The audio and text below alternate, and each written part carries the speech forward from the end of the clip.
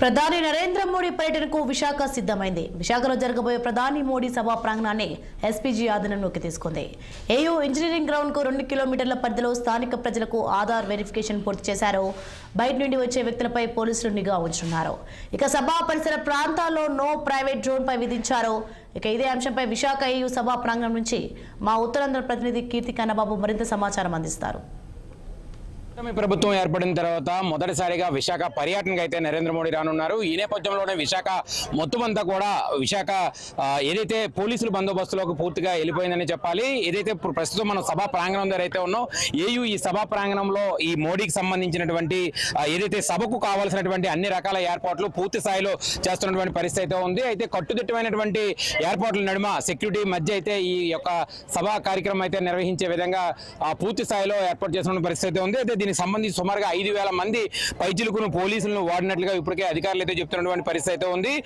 ఏదైతే AU engineering ground సంబంధించి 2 కిలోమీటర్ల పరిధిలో స్థానిక ప్రజలు ఎవరిని కూడా ఇటువైపు రానివ్వకుండా ఆధార్ కార్డుతో సైతం చెక్ చేసుకుంటూ కూడా వీళ్ళందరినీ లోపలికి పంపుతున్నటువంటి పరిస్థితి కూడా ఉంది. అయితే సుమారుగా ఈ యొక్క సభా ప్రాంగణంలో 5,000 మంది పోలీసులను అయితే ఇప్పటికే బందోబస్తుగా ఏర్పాటు చేసినటువంటి పరిస్థితి అయితే ఉంది. 35 మంది ఐపీఎస్ అయితే అధికారులు పర్యవేక్షణ అయితే చేస్తున్నటువంటి పరిస్థితి కూడా ఉంది. అయితే సిరిపురం దత్తా ఐలాండ్ నుంచి సభా ప్రాంగణం వరకు కూడా సుమారుగా 1.5 కిలోమీటర్ల వరకు కూడా ఈ యొక్క ఏదైతే ర్యాలీ ఏదైతే ఉందో ర్యాలీలో అన్ని రకాలైనటువంటి కట్టుదిట్టమైనటువంటి ఏర్పాట్ల మధ్య ఈ యొక్క మోడీ రోడ్ షో అయితే జరగనుంది. ఆ తర్వాత అనంతరం కూడా అక్కడి నుంచి ఈ ఏయూ ఇంజనీరింగ్ గ్రౌండ్ లో ఏర్పాటు చేసినటువంటి ఈ భారీ బహిరంగ సభకు హాజరయ్యే అవకాశం ఉంది. కాబట్టి ఖచ్చితంగా దీనికి కావాల్సినటువంటి అన్ని ఏర్పాట్లు ఇప్పటికే అధికారులు చేస్తున్నటువంటి పరిస్థితి కూడా ఉంది. అలాగే ఎమ్మెల్యేలు ఎంపీలతో పాటు ఇక్కడ స్థానిక మంత్రులు కూడా గడిచిన 3 రోజులుగా కూడా అన్ని రకాల పనులు కూడా పర్యవేక్షిస్తున్నటువంటి నేపథ్యంలో ప్రస్తుతం ఇంకొక కొన్ని గంటల్లో ఈ యొక్క సభ అయితే ప్రారంభమయ్యే అవకాశం ఉంది. ఇక్కడి నుంచే కావాల్సినటువంటి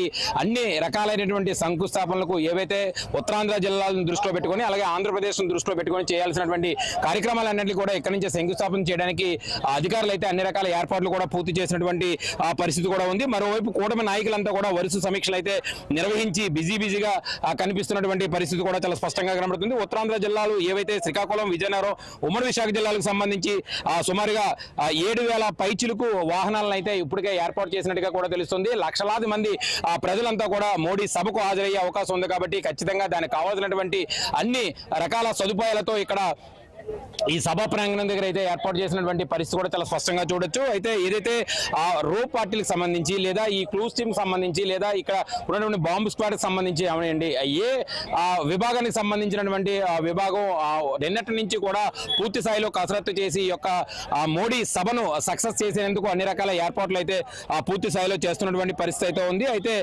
సుమారుగా 3 లక్షల మంది పైచిలకు అంటే ఉత్తరాంధ్ర జిల్లాల్లో ఉన్నటువంటి ఈ సుదీర్ఘ ప్రాంతాల నుంచి మారుమూల ప్రాంతాల నుంచి కూడా 3 లక్షల మంది పైచిలకు ఇక్కడికి వస్తారన్నట్టుగా ఈ సభకు హాజరవుతారని చెప్పేసి అయితే అధికారులు అయితే అంచనా వేస్తున్నటువంటి పరిస్థితి అయితే ఉంది. అయితే రోడ్ షోలో సుమారుగా 1,00,000 మంది ఈ రోడ్ షోలో పాల్గొంటారు. వీళ్ళందరికీ కూడా ప్రధాని మోడీ సుమారుగా 45 నిమిషాల పాటు కూడా ఈ రోడ్ షోలో వీళ్ళందరికీ కనిపించే విధంగా రోడ్ షో అయితే ప్లాన్ చేసినట్టుగా కూడా కనబడుతున్నటువంటి పరిస్థితి అయితే ఉంది. 2 లక్షల మంది పైచిలకు ఈ సభా ప్రాంగణంలో వీళ్ళంతా కూడా మోడీని చూసేందుకు కావాల్సినటువంటి ఏర్పాట్లు కూడా వీళ్ళంతా చేసినటువంటి పరిస్థితి అయితే ఉంది. అయితే కూటమి ప్రభుత్వం ఏర్పడినటువంటి ఆ తరుణంలో కూటమి ప్రభుత్వానికి అన్ని రకాల ఏవైతే కేంద్రం నుంచి కావాల్సినటువంటి మద్దతు ఏదైతే ఉందో ఆ మద్దతును పూర్తి స్థాయిలో ఈ యొక్క సభను చూపించి మోడీ నుంచి కోరే విధంగా కూడా కూటమి ప్రభుత్వం అంటే ఇటు 3 పార్టీలకు సంబంధించి ఇటు ఏదైతే తెలుగుదేశం కానీ లేదా జనసేన కానీ లేదా ఇటు బీజేపీకి సంబంధించినటువంటి 3 పార్టీలకు సంబంధించినటువంటి ఒకే వేదికగా వీళ్ళంతా కూడా ఇప్పటి వరకు